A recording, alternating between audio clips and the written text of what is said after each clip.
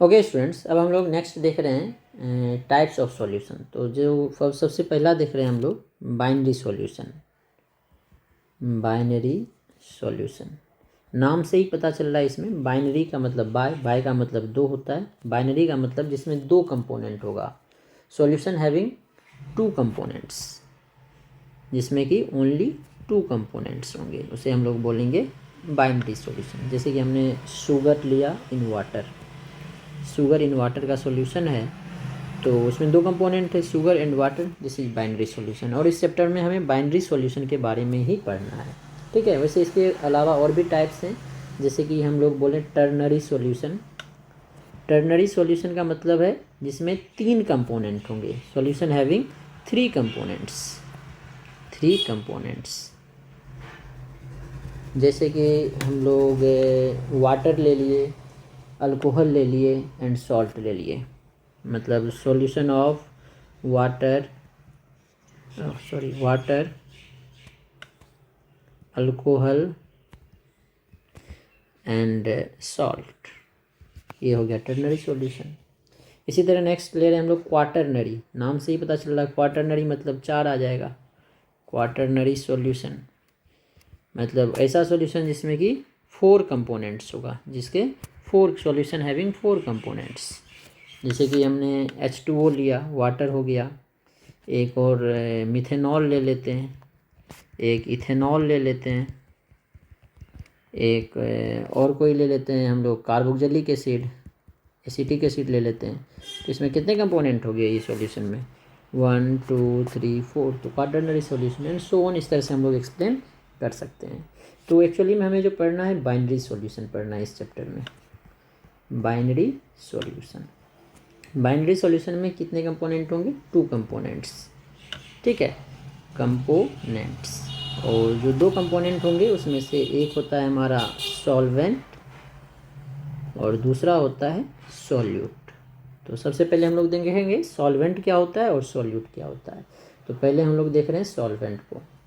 Solvent वो component होगा जिसका फिजिकल स्टेट होगा सॉल्यूशन के जैसा, मतलब component which has same state as that of solution. लिख देता हूँ मैं, component which has same physical state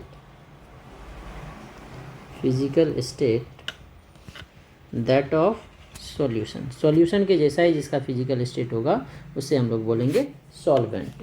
और जो सॉल्यूट होगा एग्जांपल से एक्सप्लेन करेंगे, पहले सॉल्यूट को भी बता देते हैं। और एक चीज़ और ध्यान रखना, जो सॉल्वेंट होगा इसका फिजिकल स्टेट तो सॉल्यूशन के जैसा होगा, और जनरली किसी केस में डिफरेंट होता है, लेकिन generally it is in large quantity, large quantity, इसका जो क्वांटिटी है ज़्यादा होता है, और सॉल्यूट जो है कम होता है। और जो सॉल्यूट है ये हमेशा डिजॉल्व होगा सॉल्यूशन में। The component of solution which dissolves in solvent, which dissolves in solvent, उसे हम लोग बोलेंगे solute, is known as solute. Component जो सॉल्वेंट में डिजॉल्व होगा उसे हम लोग सॉल्यूट बोलेंगे। एक एग्जांपल ले लेते हैं, जैसे कि अभी हमने बोला था शुगर इन वाटर, सॉल्यूशन है, तो शुगर वाटर में डिजॉल्व हो रहा है, इसीलिए शुगर यहाँ पे हो जाएगा हमारा सॉल्यूट, और वाटर डिजॉल्व कर रहा है इसीलिए ये हो जाएगा सॉल्वेंट। अब देखो शुगर को वाटर में डिजॉल्व करेंगे तो क्या बनेगा? लिक्विड। अब इस दोनों में लिक्विड कौन है? शुगर तो सॉलिड है, वाटर क्या है? लिक्विड। तो फिजिकल स्टेट देखो सॉल्यूशन के जैसा किसका है? वाटर का, मतलब वाटर सॉल्वेंट होगा और शुगर जो है सॉल्यूट होगा। तो इस तरह से हम लोग सॉल्यूट और सॉल्यूशन को डिफाइन करते हैं। अब हम लोग टाइप्स ऑफ सॉल्यूशन देखेंगे according to physical state. Types of solution, तीन टाइप्स के सॉल्यूशन होते हैं according to physical state. According to physical state, एक होता है सॉलिड, दूसरा होता है लिक्विड, तीसरा होता है गैस। तो यहाँ पे मैं टेबल बना के बता देता हूँ। यहाँ पे हम लोग सॉल्यूशन का फिजिकल स्टेट लिखेंगे, यहाँ पे हम लोग सॉल्यूट का लिखेंगे, यहाँ पे सॉल्वेंट का लिखेंगे, और हम लोग एग्जाम्पल की बात करेंगे, एक सबके एक या दो सबके एग्जाम्पल की बात करेंगे, ठीक है। तो सॉल्यूशन अगर गैस है तो सॉल्वेंट फिक्स है हमारा, गैस ही होगा, सॉल्वेंट हमेशा गैस होगा। अगर सॉल्यूशन गैस है तो सॉल्वेंट गैस होगा, क्योंकि सॉल्यूशन और सॉल्वेंट का फिजिकल स्टेट सेम होता है। सॉल्यूट हमारा सॉलिड भी हो सकता है, लिक्विड भी हो सकता है और गैस भी हो सकता है। तो अगर सॉल्यूट है, गैस सॉल्वेंट है, तो इसका जो एग्जांपल ले रहे हैं हम लोग, स्मोक ले रहे हैं। स्मोक में क्या होता है, सॉलिड पार्टिकल एयर में डिजॉल्व होता है, या इसके अलावा ले सकते हैं डस्ट इन एयर, तो वो सॉलिड इन गैस सॉल्यूशन का एग्जांपल है। एक अगर लिक्विड इन गैस का मतलब है ह्यूमिडिटी जो है। ह्यूमिडिटी क्या है, ह्यूमिडिटी वाटर मतलब H2O मॉलिक्यूल होता है एयर में, तो एयर हमारा सॉल्वेंट हो गया, H2O सॉल्यूट हो गया, तो ह्यूमिडिटी इसका एग्जांपल हो गया। और गैस इन गैस तो एयर हो गया, एयर में ऑक्सीजन, नाइट्रोजन, हाइड्रोजन सारे गैस हैं। तो ये सारे गैसियस सॉल्यूशन है, जिसमें कि सॉल्वेंट गैस होगा और सॉल्यूट हमारा सॉलिड लिक्विड गैस में से कुछ भी हो सकता है। नेक्स्ट ले रहे हैं हम लोग, जो हमारा सॉल्यूशन है वो गैस के बाद लिक्विड ले रहे हैं। तो लिक्विड ले रहे हैं तो जो हमारा सॉल्वेंट है वो हमेशा लिक्विड रहेगा अगर लिक्विड सॉल्यूशन है तो, और लेकिन सॉल्यूट हमारा तीनों हो सकता है, सॉलिड, लिक्विड, गैस। ये सॉलिड भी हो सकता है, लिक्विड भी हो सकता है और गैस भी हो सकता है, लेकिन ये फिक्स रहेगा, लिक्विड ही रहेगा। तो इसका एग्जांपल देखते हैं, सॉलिड इन लिक्विड मतलब अभी बहुत सारे एग्जांपल लिया था हमने, शुगर इन वाटर लिया, सॉल्ट इन वाटर लिया, सॉल्ट इन वाटर, ठीक है। इसके बाद जो लिक्विड इन लिक्विड है तो मिल्क इन वाटर ले लो, मिल्क भी लिक्विड है, वाटर भी लिक्विड है। इसके अलावा अल्कोहल इन वाटर, ठीक है। मिल्क वैसे खुद भी एक मिक्सचर है, तो मिल्क से अच्छा इसमें हम लोग अल्कोहल इन वाटर ले लेते हैं, ethanol in water, ethanol C2H5OH in water, ठीक है। और जो गैस इन लिक्विड है ये एरिएटेड ड्रिंक, जैसे हम लोग कोल्ड ड्रिंक पीते हैं तो जो वाटर है इसमें CO2 गैस डिजॉल्व होता है, तो ये एरिएटेड ड्रिंक इसका एग्जांपल ले सकते हैं, एरिएटेड ड्रिंक्स, ठीक है। इसके बाद जो थर्ड टाइप का सॉल्यूशन होगा वो सॉलिड सॉल्यूशन होगा। सॉलिड सॉल्यूशन का मतलब है जो हमारा सॉल्वेंट है ये हमेशा सॉलिड होगा, ठीक है। और जो हमारा ये है सॉल्यूट है ये सॉलिड भी हो सकता है, लिक्विड भी हो सकता है, लेकिन गैस इन सॉलिड का एग्जांपल नहीं होता है, सॉलिड इन सॉलिड और लिक्विड इन सॉलिड होता है। तो गैस लिक्विड इन सॉलिड और solid in solid, solid in solid तो हमारा एलॉय हो गया, जैसे कि स्टील वगैरह है, तो सारे सब्सटेंस सॉलिड होते हैं। और लिक्विड इन सॉलिड जैसे अमलगम है, अमलगम मतलब जैसे कि सोडियम अमलगम है, Na को Hg में डिजॉल्व किया, Hg लिक्विड है, सोडियम जो है सॉलिड है, तो इसका एग्जाम्पल हम लोग लिख सकते हैं अमलगम्स, अमलगम्स। तो ये हमने अभी देखा टाइप्स ऑफ सॉल्यूशन। इसके बाद जो सॉल्यूशन होता है अकॉर्डिंग टू सॉल्वेंट हम लोग उसे डिफाइन कर सकते हैं। जैसे हमारा दो टाइप्स में होते हैं, एक होते हैं एक्वस, एक होता है नॉन एक्वस। तो सबसे पहला हम लोग लेते हैं एक्वस सॉल्यूशन। एक्वस सॉल्यूशन हम लोग उस सॉल्यूशन को बोलेंगे जिसमें हमारा सॉल्वेंट वाटर है। अगर हमारा सॉल्वेंट इज वाटर तो हम लोग बोलेंगे उसे एक्वस सॉल्यूशन।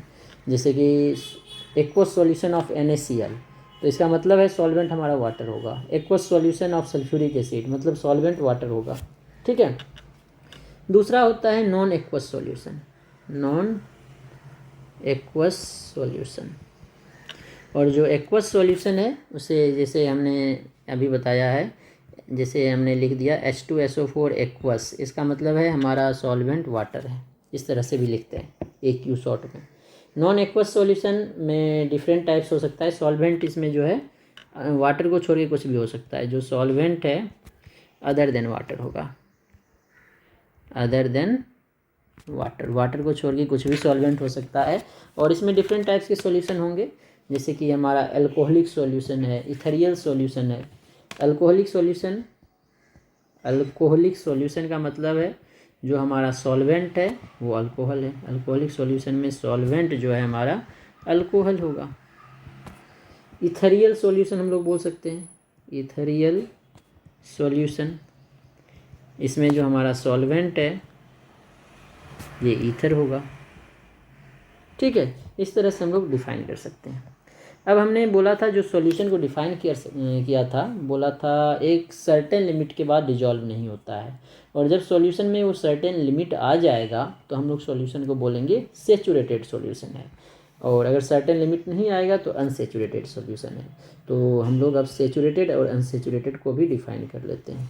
सेचुरेटेड सॉल्यूशन, तो सेचुरेटेड सॉल्यूशन को भी डिफाइन करते हैं। सेचुरेटेड का मतलब जो हमारा डिजोल्यूशन है वो सर्टेन मैक्सिमम लिमिट पे आ गया।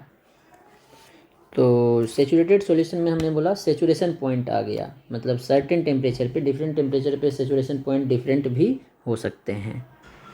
अमाउंट ऑफ सॉल्यूट जो है, अमाउंट ऑफ सॉल्यूट मैक्सिमम होगा, मतलब उससे ज़्यादा डिजॉल्व नहीं होगा एट सर्टेन टेम्परेचर। जैसे कि रूम टेम्परेचर ले लें 25 टेम्परेचर पे जो मैक्सिमम अमाउंट है सॉल्यूट वो डिजॉल्व हो गया, अगर उसके बाद डिजॉल्व करेंगे तो डिजॉल्व नहीं होगा, प्रेसिपिटेट हो जाएगा, तो उस सॉल्यूशन को बोलेंगे सेचुरेटेड सॉल्यूशन। तो हमने डिफाइन किया है a solution which can not dissolve further amount of solute at a particular temperature is called saturated solution.